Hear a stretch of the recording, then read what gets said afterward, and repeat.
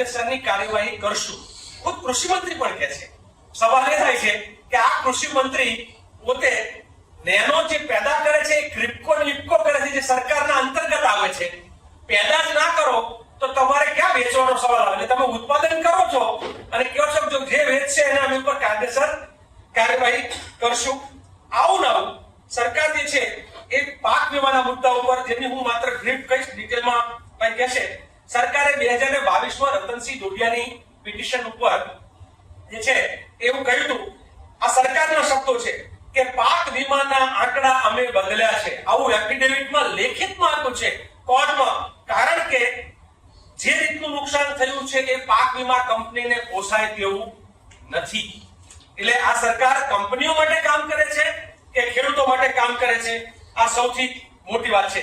એવું ને એવું એક ડુપ્લિકેટ દવા અને ખાતરના મુદ્દા ઉપર અત્યારે ખેડૂતો જે હેરાન થઈ રહ્યા છે એના વિશે ભાઈ રતનસિંહભાઈ અને રામસિંહભાઈ રાજપૂત એમણે પિટિશન કરી અને સરકારે પિટિશન પણ કરી અને આરટીઆઈ એમાં માંગ્યું છે પિટિશન કરીને કે સરકારે કેટલી જગ્યાએ રેડ કરી અને આ રેડ કર્યા પછી કેટલી જગ્યાએ એક્શન લીધા એની અમને વિગત આપો. સરકારનો જવાબ આવે છે કે આરટીઆઈ એક્ટ મુજબ આરટીઆઈ એક્ટની કલમ 8(1) ક, ઘ અને જ મુજબ આ જવાબો આપી શકાય તેમ નથી. હવે આ કલમ શેની છે આરટીઆઈ એક્ટમાં? તો કે આ રાષ્ટ્ર સામે એની એકતા, અખંડિતતા અને સાર્વભૌમત્વ ઉપર ખતરો થાય એવી સ્થિતિમાં માહિતી નહીં આપવાની. હવે આવા ડુપ્લિકેટ દવાના બિયારણના વેપાર કરનાર લોકો એને માહિતી આપવામાં આ રાષ્ટ્ર ઉપર ખતરો કેવી રીતે પેદા થાય, આપણી એકતા અને અખંડિતતા કેવી રીતે જોખમાય, એટલે આ પ્રકારનો જવાબ આપી સરકાર જે છે ખેડૂતોને અને રાજ્યને મૂર્ખ બનાવે છે. આવું નવું એક બીજું ઘટના કે 2G cotton, BT cotton 2G છે એ પછી આગળના સ્ટેપની કોઈ પણ જેનેટિકલી મોડિફાઈડ બિયારણો નહીં પેદા કરવા એવી મનમોહનસિંહ સરકાર વખતે સરકાર અને કોર્ટે પ્રતિબંધ મૂક્યો છે કે આવા પ્રકારના બિયારણો હવે 2G થી ઉપરના વાળા નહીં આવવા દેવાના, કારણ કે હાનિકારક છે. હમણાં રાજકોટમાં એક કૃષિ મેળો થાય છે, કૃષિ મંત્રી ત્યાં હાજર છે અને કૃષિ મંત્રીની હાજરીમાં પાછળના ભાગમાં 4G અને 5G બીટી કોટનના હોર્ડિંગ્સ લાગેલા છે અને સરકાર એમ કે છે કે આવા કામ કરનારના ઉપર અમે કડક હાથે કામ લેશું. સવાલ એ છે કે સરકારે કડક હાથે કામ લેવું હોય તો YouTube ચેનલમાં સર્ચ કરો કે 4G 5G ના બિયારણો કઈ કઈ કંપનીઓ વેચે છે, તમે હું શોધી શકીએ છીએ તો સરકાર કેમ ના શોધી શકે? આ એક મોટો સવાલ છે. આ રીતે મિત્રો ગુજરાતના મંત્રી ગેરકાયદેસર ખેડૂત બન્યા છે, જેની કોર્ટે ધરપકડ કરવાનો આદેશ આપ્યો છે. રમણભાઈ વોરા, આપ જાણો છો ગુજરાતની અંદર બિલ્ડરોને ખેડૂત બનાવવાનું અને ખેતરોને ચોરી કરી જવાનું, જેમ વોટની ચોરી એમ ખેડૂત બનીને ખેતરોની ચોરી કરવાનો પણ એક જબરદસ્ત ષડયંત્ર ચાલે છે. મારા પોતાના ગામમાં પણ આવા નકલી ખેડૂતો બનીને જમીન લીધી છે. આના માટે ગુજરાત કોંગ્રેસ દ્વારા આ પ્રકારના નકલી ખેડૂતોને શોધવાનું પણ અમે એક ટીમ બનાવી છે, જ્યાં નકલી ખેડૂતો, બિલ્ડરો પોતે પોતાની આવકના કાળા ધંધાને બચાવવા માટે જે ધંધા કરે છે એની સામેની પણ એક અમે આખી ટીમ બનાવીને કામ કરી રહ્યા છીએ. ઓવરઓલ ગુજરાતના ખેડૂતોના ભાવની વાત હોય, એના રક્ષણની વાત હોય, MSP ની વાત હોય, બધી રીતે જ્યારે ખેડૂતો લૂંટાય છે. દૂધ ઉત્પાદકો વિશે વિગતે પ્રેસ કોન્ફરન્સ થોડા દિવસ પછી કરશું, પરંતુ દૂધ ઉત્પાદનના 10 વર્ષના મનમોહનસિંહ સરકારના સમયગાળો અને એ પછીનો સમયગાળો, એમાં કઈ રીતે દૂધ જે છે એ પેદા કરવું દુષ્કર બન્યું છે, દારૂનો વેપાર આસાન બન્યો છે, એવી સ્થિતિમાં ઉત્તર ગુજરાતમાં દૂધ ઉત્પાદકોનું આંદોલન જે છે એ આવતા મહિનાઓમાં જબરજસ્ત વેગ પકડે એના માટે અને ખેડૂતોના જમીનના આ પડાવી દેવાના જે કારસા છે એની સામે 11મી તારીખે અમારા અમરાભાઈ અને ભરતભાઈના નેતૃત્વમાં ખેડૂતો એક લડાઈ શરૂ કરી રહ્યા છે. 11 તારીખે મહેસાણામાં ટ્રેક્ટર રેલી નીકળશે 11મી સપ્ટેમ્બરે. આ 11 તારીખે સમગ્ર સૌરાષ્ટ્રના 100 જગ્યાએ 5 દિવસના ગાળામાં અમારા 50 જેટલા આગેવાનો જઈને 100 જિલ્લા પંચાયતની સીટમાં એટલે લગભગ 300 જેટલી 300 થી 350 સભાઓ જે છે એ અમારા કાર્યકર્તાઓ નેતાઓ એટલે એમાં પરેશભાઈ વેચીભાઈ જેવા સિનિયર નેતાથી લઈને લલિતભાઈ જેવા અમારા વર્કિંગ પ્રેસિડેન્ટ થી શરૂ કરી અને અમારા કાર્યકર સુધીના એવા પ્રદેશના નેતૃત્વ જે છે એ જિલ્લા પંચાયતની બેઠકો 11 થી 16 ના ગાળામાં કરવા જઈ રહ્યા છે. આ આખી યાત્રા જે છે એનું નામ કિસાન અધિકાર યાત્રા છે. આ યાત્રાનું સમાપન એક વિશાળ જનસભાના રૂપમાં ખેડૂતોના સત્યાગ્રહ ખેડૂતોના અધિકાર સભાના રૂપમાં સૌરાષ્ટ્રની અંદર જે છે એ નવરાત્રી પહેલા એક મોટો કાર્યક્રમ ત્યાં થશે. મારી સાથે સાથે હમણાં એક દિલ્હીથી દોડીને ભાઈ ગુજરાતમાં આવવાના છે. આવતીકાલે ચોટીલામાં સભા કરવા જઈ રહ્યા છે. આ સભા કરનાર દિલ્હીના પૂર્વ મુખ્યમંત્રી અને આમ તો પંજાબના મુખ્યમંત્રી પણ આવવાના હતા પણ બીમાર પડ્યા છે. કદાચ આવે કે ના આવે ખબર નથી. પણ આ દિલ્હીના મુખ્યમંત્રી જેની એકમાત્ર સરકાર આ દેશમાં છે એ પંજાબમાં છે. પંજાબમાં પૂર આવવાના લીધે ત્યાં 2000 ગામો અસરગ્રસ્ત છે. 2 લાખ હેક્ટર જમીન છે એમાં પાણી ફરી વળ્યું છે. પાક નિષ્ફળ ગયો છે. હજારો પશુઓ મર્યા છે. ડેરી ફાર્મો અત્યારે એમાં બધે પાણી આવવાના કારણે ખેડૂતો તબાહ છે. લગભગ 2 લાખથી વધારે પરિવારો જે છે 2003 માં વિગતવાર આપણે ગુજરાતના જે મુખ્ય પાકો છે એમાં ડાંગર, કપાસ, મગફળી અને ઘઉં આવે છે. પાકના નાના અને ઘઉં પાકો ઘણા બધા છે પણ આપણે 4 મુખ્ય પાકની વાત કરીએ તો 2002 અને 2003 માં માનો કે ડાંગરનો ભાવ હતો 530 રૂપિયાની એમએસપી હતી. હવે જ્યારે 13-14 માં એટલે યુપીએ સરકાર મનમોહનસિંહ જ્યારે ભારતના વડાપ્રધાન ત્યારની વાત કરું છું ત્યારે એમાં જે વધારો થયો 530 થી 1310 રૂપિયા એટલે કે 145% વધારો થયો છે. એની સામે 2013-14 થી 2025-26 એટલે કે ચાલુ વર્ષમાં જે એમએસપી સરકારે જાહેરાત કરી એનડીએની સરકાર એટલે કે આપણા નરેન્દ્રભાઈ મોદીની સરકાર એમાં જે વધારો થયો છે માત્ર 81% વધારો થયો છે. એટલે બે સરકારના પેલા 10 વર્ષ અને આમના આ 12 વર્ષના ગાળામાં બહુ મોટો ફરક છે. એમણે જાહેરાત કરી 100% વધારી, વાસ્તવમાં અહીંયા 81% છે. એવી જ રીતે મગફળીમાં તમે જુઓ તો 2002-03 માં 1400 રૂપિયા ભાવ હતો મગફળીનો, જે 13-14 માં 4000 રૂપિયા સુધી પહોંચ્યો. એટલે એ વધારો તમે જો ગણો રૂપિયામાં તો 2600 રૂપિયા અને ટકામાં ગણો તો 185% નો વધારો હતો. એવી જ રીતે આજે 25-26 ના વર્ષમાં એનો જે વધારો છે એ 81% માત્ર છે અને રૂપિયામાં ગણો તો 4000 રૂપિયા ભાવ હતો 13-14 માં, એના અત્યારે 7263 રૂપિયા થયા છે. એવી જ રીતે ઘઉંમાં ત્યારે 2002 અને 2003 એટલે એ વર્ષમાં 620 રૂપિયા હતો અને 13-14 માં 1350 રૂપિયા થાય છે. એટલે એનો વધારો 117% નો છે. ઘઉંની રવિ સિઝનમાં આવે એટલે આ વર્ષનો ના થાય પણ 24-25 ના વર્ષમાં જેનો ભાવ વધારો હતો અને એ ભાવ વધારા પ્રમાણે આપણે ગણીએ તો એમાં માત્ર 1038 રૂપિયાનો વધારો થયો. એટલે કે કુલ વધારો જે છે એમના 14 થી 25 સુધીના એમાં માત્ર 77% નો વધારો છે. અને એમણે જાહેરાતો બધા સોશિયલ મીડિયાના પ્લેટફોર્મ પર આભાર મોદીજી, થેન્ક યુ મોદીજી, ખેડૂતોના હિતમાં તમે 100% નો વધારો કર્યો એવી વાત કરી. એ સિવાય મજાની વાત છે, તમને મગફળીનો હું દાખલો આપું તો મગફળીમાં 14-15 નું વર્ષ એટલે કે એનડીએ સરકારનું બીજું વર્ષ એટલે કે નરેન્દ્રભાઈ મોદીજી આપણા વડાપ્રધાન થયા ત્યારે એ વર્ષમાં મગફળીના એમએસપીમાં 0% વધારો કર્યો છે. એ વડાપ્રધાન થયા એના પછીના એમના પ્રથમ વર્ષે મગફળીની એમએસપીમાં 0% વધારો, એના પછીના 15-16 ના વર્ષમાં 0.9% વધારો અને એના પછી જયારે ચૂંટણી આવે વર્ષ 19 નું વર્ષ 18-19 નું ત્યારે 10% વધારો થાય છે. એટલે કે ચૂંટણી સિવાયના વર્ષોમાં મિનિમમ અને ચૂંટણીના વર્ષે મેક્સિમમ વધારો કર્યો છે. એવી જ રીતે 23-24 ના વર્ષમાં મગફળીમાં 9% નો અને ચાલુ વર્ષે 7% નો વધારો કર્યો છે. એવી રીતે કપાસનું જોઈએ તો ડાંગરમાં તો એમના ચૂંટણીનું વર્ષ જે છે 18-19 એમાં 13% નો વધારો છે અને એમના વડાપ્રધાન થયા પછીના વર્ષો એટલે કે 14-15, 15-16, 16-17 એમાં 4% વધારો કર્યો છે અને ચૂંટણીનું વર્ષ આ બે વર્ષે સીધા 13% છે. અને આ વર્ષે એટલે કે 25-26 નો એનો ડાંગરમાં વધારો જે છે માત્ર 3% નો જ કર્યો છે. એટલે એમનું એમએસપી પણ ચૂંટણી લક્ષી છે. ચૂંટણી આવવાની હોય તો વધારે, ચૂંટણી નથી આવવાની બીજા વર્ષે તો બિલકુલ મિનિમમ અને 0% સુધીનો પણ તમે જોઈ શકો છો.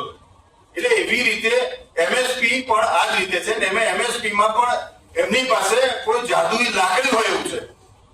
એમણે 2015માં સુપ્રીમમાં એફિડેવિટ આપેલું કે C2 પ્લસ 50% જે આપવાની વાત છે એ કોઈ કાળે આપી શકાય નહીં, એનું એફિડેવિટ એમણે સુપ્રીમમાં આપેલું અને અત્યારે જાહેરાત કરે છે કે અમે એ જ પ્રમાણે C2 પ્લસ 50% આપી રહ્યા છીએ. એટલે એમણે જાદુઈ રીતે જે ઉત્પાદનના આંકડા છે એને ઘટાડ્યા છે.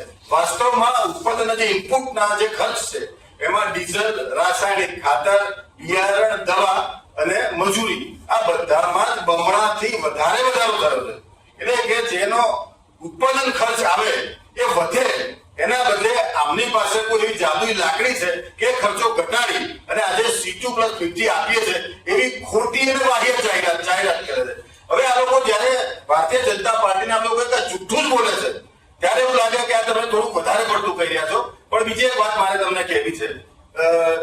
આપણે ચાલુ વર્ષના જે આપણે મંત્રી શ્રી નિર્મલા સીતારમણજી સંસદમાં જયારે આપણે બજેટ રજૂ કરતા હતા ત્યારે જે કેસીસી કિસાન ક્રેડિટ કાર્ડ અંતર્ગત જે ધિરાણ આપવામાં આવે છે એ 90ના દાયકાથી શરૂ થયેલું અને ત્યારથી 3 લાખની મર્યાદામાં મળે છે. એ ઘણા સમયથી માંગણી હતી કે એમાં વધારો કરવામાં આવે તો સંસદમાં નિર્મલા સીતારમણજી એને 5 લાખ સુધીમાં આપવામાં આવશે કે જાહેરાત કરે છે ચાલુ વર્ષે. એના પછી એ જ પ્રમાણે ભારતીય જનતા પાર્ટીના તમામ નેતાઓ એમને થેન્ક યુ કહે છે કે ખેડૂત હિતમાં તમે આ નિર્ણય લીધો, પણ આજ દિન સુધી એક પણ રૂપિયો વધારે આપ્યો નથી. એ 3 લાખ રૂપિયા હતા, એ 3 લાખ રૂપિયા પ્રમાણે આખા દેશમાં અને ગુજરાતમાં પણ 3 લાખ પ્રમાણે ધિરાણ મળ્યું છે.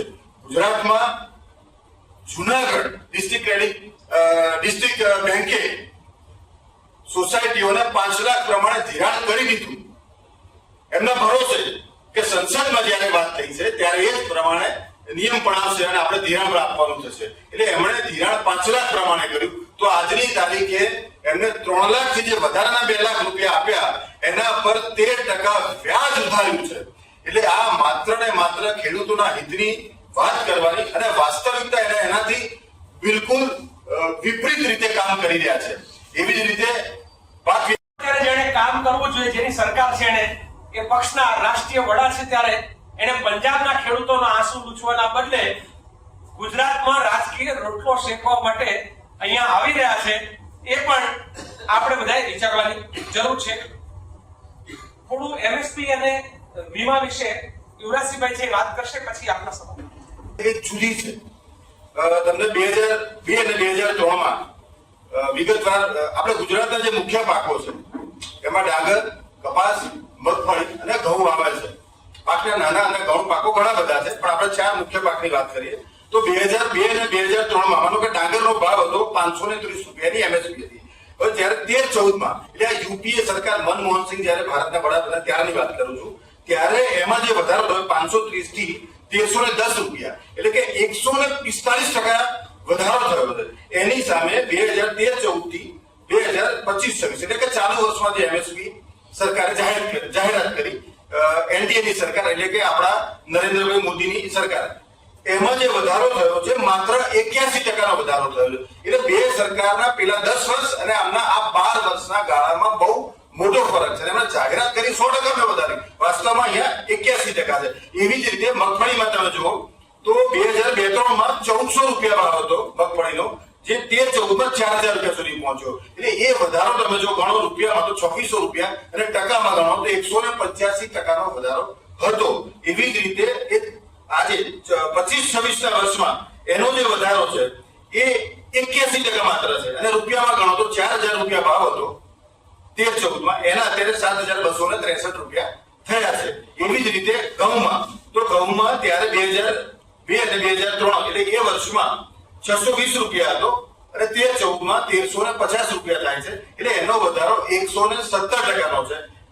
ઘઉંની રવિ સિઝનમાં આવે એટલે આ વર્ષનો ના થાય, પણ 24-25ના વર્ષમાં જેનો ભાવ વધારો હતો અને એ ભાવ વધારા પ્રમાણે આપણે ગણીએ તો એમાં માત્ર 1038 રૂપિયાનો વધારો થયો. એટલે કે કુલ વધારો જે છે એમના 14 થી 25 સુધીના એમાં માત્ર 77% વધારો છે.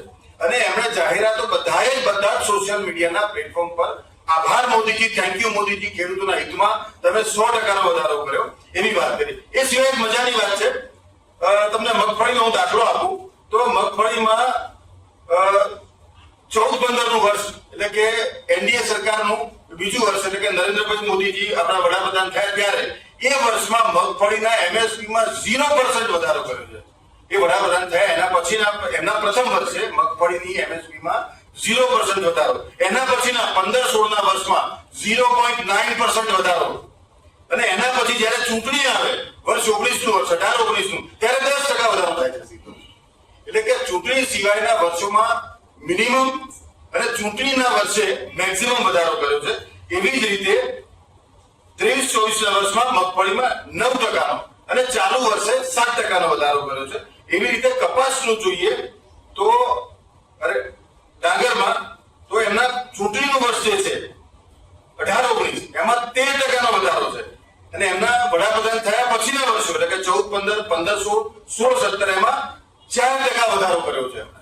અને ચૂંટણીનું વર્ષ આવે એ વર્ષે સીધા 13% છે. અને આ વર્ષે એટલે કે 25-26 નો એનો ડાંગરમાં વધારો જે છે માત્ર 3%નો જ કર્યો છે. એટલે એમનું એમએસપી પણ ચૂંટણી લક્ષી છે. ચૂંટણી આવવાની હોય તો વધારે, ચૂંટણી નથી આવવાની બીજા વર્ષે તો બિલકુલ મિનિમમ અને 0% સુધીનો પણ તમે જોઈ શકો છો.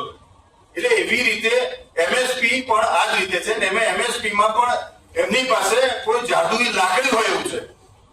એમણે 2015માં સુપ્રીમમાં એફિડેવિટ આપેલું કે C2 પ્લસ 50% જે આપવાની વાત છે એ કોઈ કાળે આપી શકાય નહીં, એનું એફિડેવિટ એમણે સુપ્રીમમાં આપેલું. અને અત્યારે જાહેરાત કરે છે કે અમે એ જ પ્રમાણે C2 પ્લસ 50% આપી રહ્યા છીએ. એટલે એમણે જાદુઈ રીતે જે ઉત્પાદનના આંકડા છે એને ઘટાડ્યા છે. વાસ્તવમાં ઉત્પાદનના જે ઇનપુટના જે ખર્ચ છે એમાં ડીઝલ, રાસાયણિક ખાતર, બિયારણ, દવા અને મજૂરી આ બધામાં જ બમણાથી વધારે વધારો થયો છે. એટલે કે જેનો ઉત્પાદન ખર્ચ આવે એ વધે, એના બદલે આમની પાસે કોઈ એવી જાદુઈ લાકડી છે કે ખર્ચો ઘટાડી અને આજે C2 પ્લસ 50 આપીએ છે એવી ખોટી અને બાહ્ય જાહેરાત કરે છે. હવે આ લોકો જયારે ભારતીય જનતા પાર્ટીના લોકો જુઠ્ઠું જ બોલે છે ત્યારે એવું લાગે કે આ તમે થોડું વધારે પડતું કહી રહ્યા છો. પણ બીજી એક વાત મારે તમને કહેવી છે.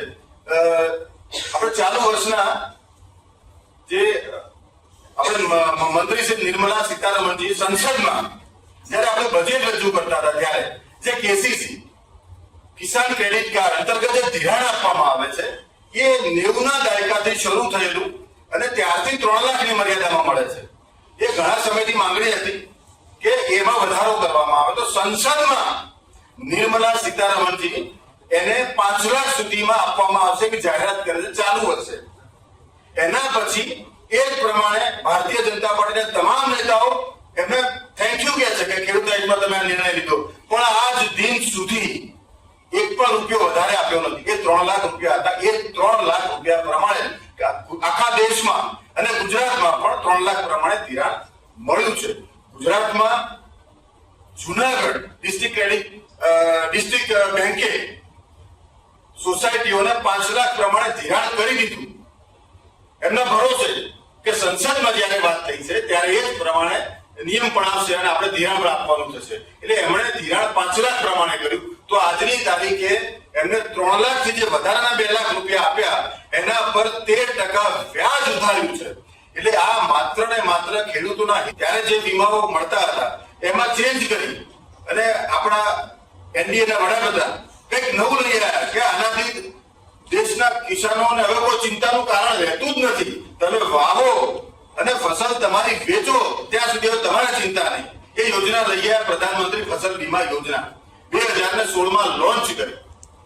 એ અંતર્ગત 16, 17, 17, 18, 19 આ બધા જ વર્ષોના પાક વીમાના જે ખેડૂતે પ્રીમિયમ ભર્યું છે ગુજરાત સરકારે પણ એમાં પ્રીમિયમ ભર્યું છે. હવે એ વીમા ખેડૂતોને આજ દિન સુધી હજુ લટકતી તલવાર છે. આજે પણ 360 થી વધારે કેસો હાઈકોર્ટમાં પેન્ડિંગ છે. એના માટે ભરતસિંહ ઝાલા, રતનસિંહ ડોડિયા, અમારા પાલભાઈ આંબલિયા આ બધા એના માટે સતત લડત કરી રહ્યા છે. અને આ યોજના ખેડૂતોને સપના બતાવી, હથેળીમાં ચાંદ બતાવી, તમારે ચિંતા કરવાનું જ નહીં એવા સપના બતાવીને 2020માં બંધ કરી દીધી. અને 2020માં નવી યોજના લાયા, મુખ્યમંત્રી કિસાન સહાય, કે આમાં તમારે એક પણ રૂપિયો ભરવાનો નથી અને તમને ફ્રીમાં આ સહાય મળશે. પરંતુ એ યોજના અંતર્ગત કોઈ સહાય આપતા નથી અને જે સહાય ચૂકવે છે અતિવૃષ્ટિમાં, વાવાઝોડામાં, એ એસડીઆરએફ, એનડીઆરએફ પ્રમાણે, એના નોર્મ્સ પ્રમાણે જે ખેડૂતોને મળવા પાત્ર છે એ પ્રમાણે આપે છે. એટલે આજની તારીખે ખેડૂતને વીમા યોજના વિનાનો નોંધારો કરી દીધો છે. એને નુકસાન થાય તો એને આજીજી કરવા સિવાય કોઈ વિકલ્પ આપણે બાકી મૂક્યો જ નથી. એ સિવાય ગામડાની એક વાત પણ કરવી છે મારે, આ વાડાપત્રક વાળી. ગામડાઓમાં વાડાપત્રક એક પહેલા નિભાવવામાં આવતું હતું અને એ વાડાપત્રકમાં દરેક ખેડૂતની જે એના વાડાનું માપ છે એ પણ નોંધાયેલું છે કે 45 બાય 50 મીટર કે આટલા મીટર બાય આટલા મીટર, એ પણ નોંધાયેલું છે. તો આજની તારીખમાં સરકારે સ્પેશિયલ પરિપત્ર કરીને જે ખેડૂતના વાડા છે એ વાડાનો જો કોઈ બાંધકામ કરે તો આકારણી પણ આપી દેવાનું બંધ કર્યું છે. અને બીજી બાજુ ઉદ્યોગપતિઓ અને જે માલિકો જે સરકારના અંતર્ગત આવે છે, પેદા જ ના કરો તો તમારે ક્યાં વેચવાનો સવાલ આવે? તમે ઉત્પાદન કરો છો અને કહો છો જો જે વેચશે એના અમે ઉપર કાયદેસર કાર્યવાહી કરશું. આવું ના સરકાર જે છે એ પાક વીમાના મુદ્દા ઉપર, જેની હું માત્ર બ્રીફ કહીશ, ડિટેલમાં કઈ કહેશે.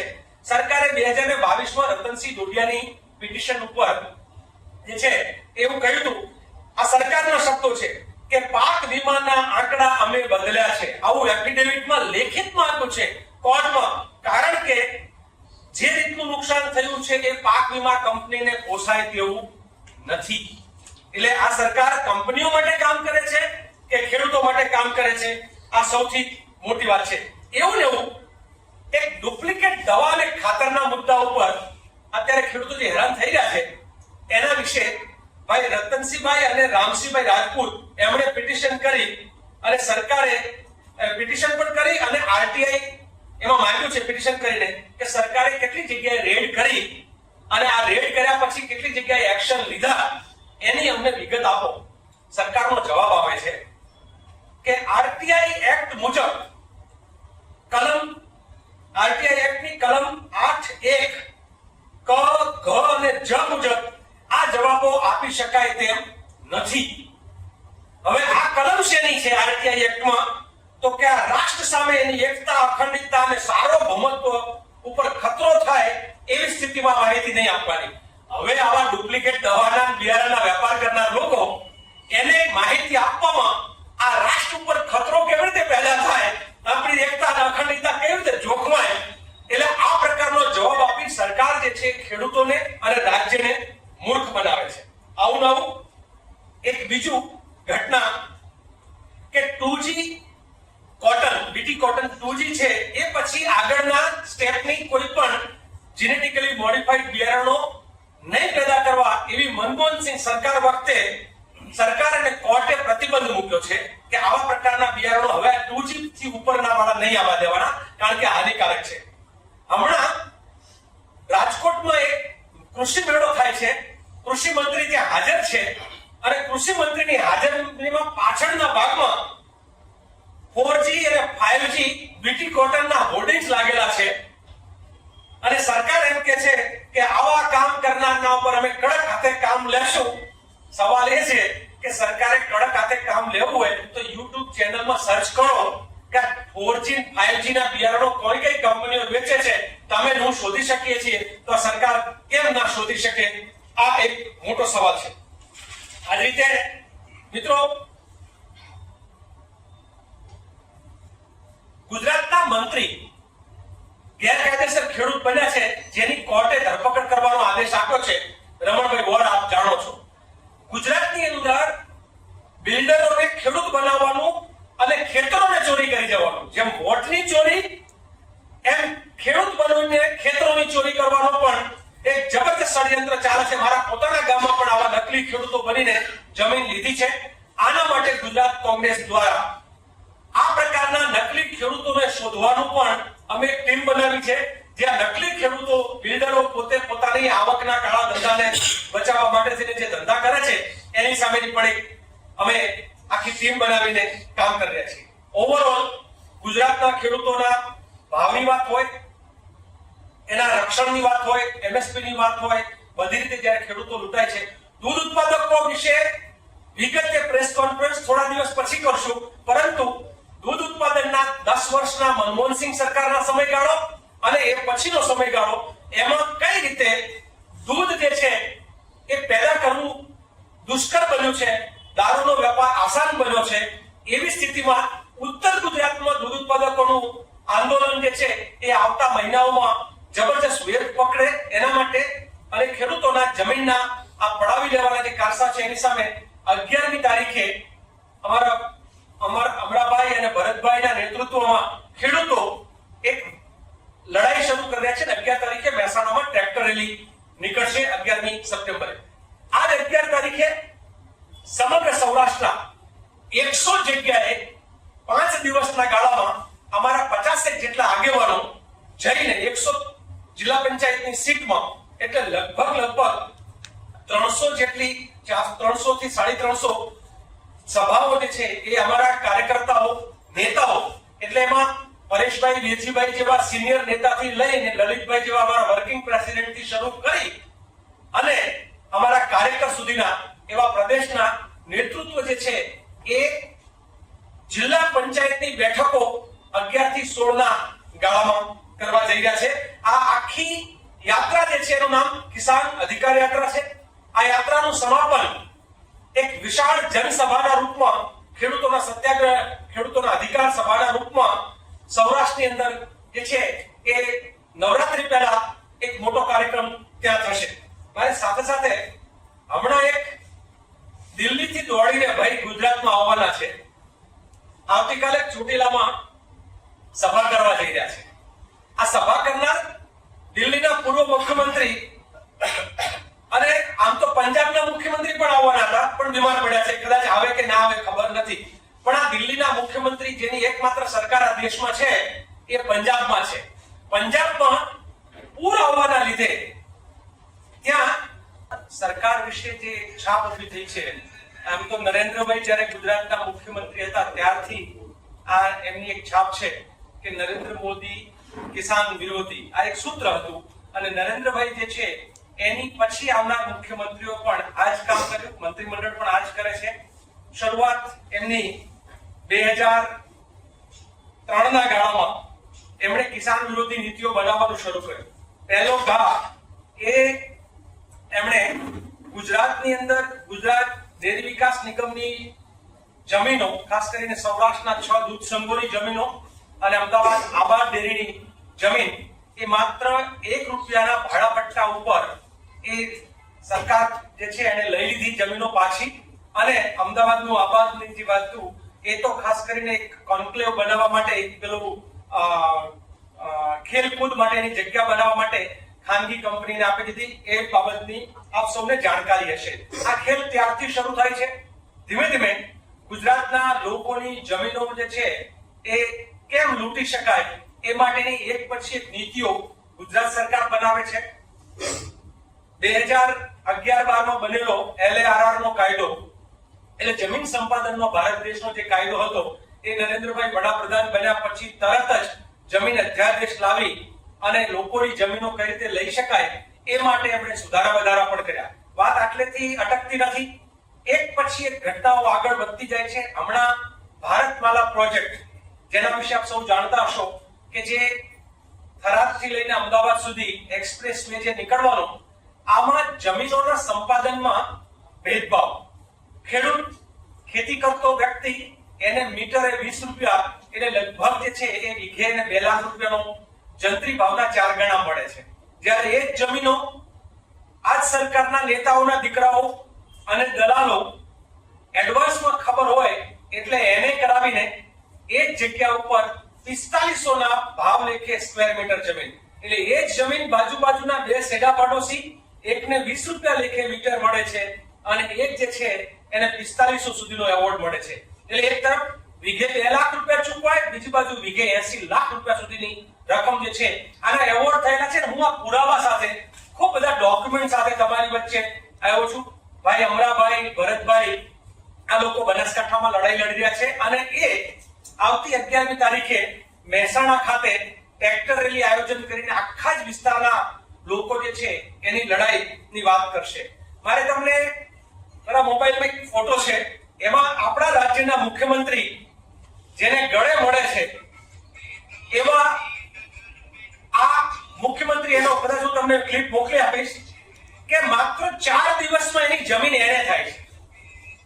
ભારત માનવમાં જેની જમીન જતી હોય એ જમીનમાં એવોર્ડ કરવા માટેના 2 પદ્ધતિ છે.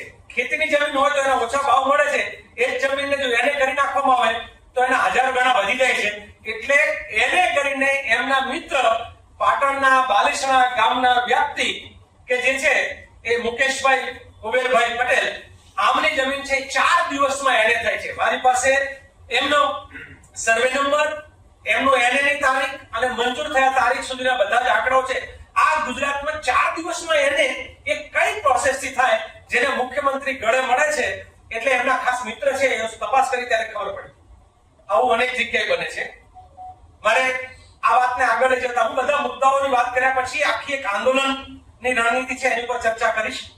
2011-12માં સેટેલાઇટથી જમીન માપણીનું કામ શરૂ થયેલું, જેના વિરુદ્ધમાં અમારા ગેદરભાઈ, પાલભાઈ એ લોકો 16-17માં એક પિટિશન કરે છે. આ પિટિશનમાં સરકાર પોતે લેખિતમાં એફિડેવિટ કરીને કોર્ટને આપે છે અને કહે છે કે આમાંના 18 મુદ્દાનો અમે સ્વીકાર કરીએ છીએ, જે અમલ કરશું. આજે એ વાતને 9 વર્ષ થયા, એનો એક પણ મુદ્દાનો અમલ થયો નથી અને આમાં જમીન માપણીની સંપૂર્ણપણે રદ કરી જે પ્રકારે ખૂંટ જૂના છે તે અને વાસ્તવિક સ્થિતિ છે તે એની માપણી કરવી જોઈએ. સરકાર સ્વીકાર્યા પછી પણ 9 વર્ષે આ માપણી થતી નથી. એના લીધે ભૂમાફિયાઓ, ખનન માફિયાઓ કોઈ સામાન્ય ખેડૂતનું ખેતર જમીન માપણીમાં જે ઉલટ-સુલટ કર્યા છે, ઉગાડ્યા છે, ત્યાં જઈને એ લોકો પોતે ખનન કરે છે, મૂળ માલિક જેલમાં જાય છે અને ખનન માફિયા મહેલમાં રહે છે. આની સામે પણ લડાઈ છે. આ સિવાય લોકો એમ કહેતા હતા, નરેન્દ્રભાઈ ખાસ કરીને, કે અમે ખેડૂતોની આવક બમણી કરશું. ખર્ચા 3 ગણા થયા છે અને આવક જે છે એ માંડ ક્યાંક 1.5 ગણી થઈ છે. એક આંકડો જેના વિશે વિગતે અમારા યુવરાજભાઈ છે આગળ વિગત આપશે, પણ હું તમને 2 સરકારો વચ્ચેનો, એટલે ખેડૂત તરફી સરકાર હોય અને ખેડૂત વિરોધી હોય તો શું થાય, યુપીએના 10 વર્ષમાં અને એનડીએના 12 વર્ષમાં એમએસપી માં કેવી રીતે વધારો થયો, તો કે ડાંગરનું એમએસપી યુપીએ વખતે એવરેજ 14% વર્ષે વધ્યું છે. નરેન્દ્રભાઈના રાજમાં 6.5% લેખે એવરેજ વધ્યું છે.